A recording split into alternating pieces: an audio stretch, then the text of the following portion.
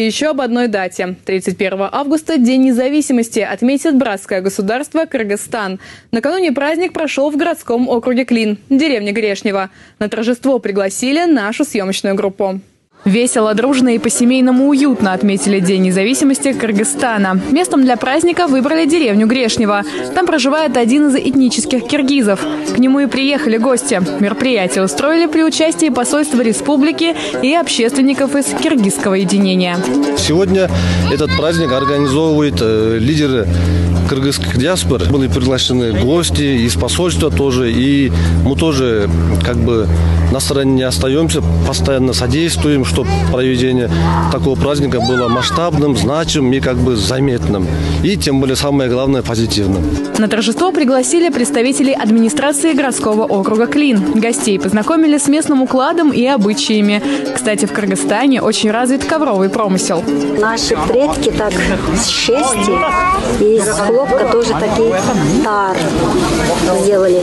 И мы сейчас эти, которые наши будущие, чтобы они знали, наши эти очень полезные для этого здоровья и удобно.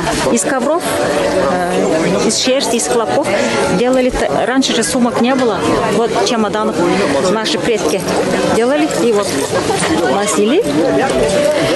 И вот так ходили. С гор на гор продукты. А еще в Кыргызстане есть несколько традиционных музыкальных инструментов. Один из них – камус. Из дерева абрикоса делает очень хорошие там. И 3 струна, 3 ручки.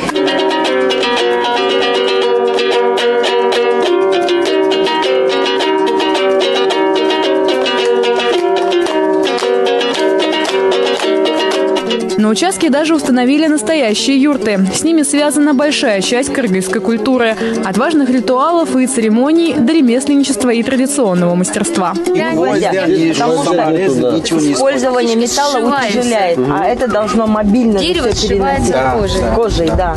И вот эта конструкция, она собирается, раздвигается. Вот этот как гармошка, когда его демонтируют, вот это собирается. Все вместе.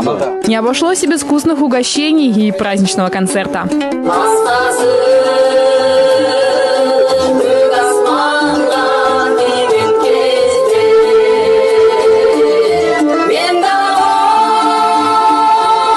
День независимости Кыргызстана отмечают ежегодно 31 августа. Для уроженцев страны это главный праздник, который принято отмечать широко и всем вместе. Именно так и прошло торжество в нашем округе. Анастасия Галкина, Данила Кирьянов, Никита Кистанов. Новости дня.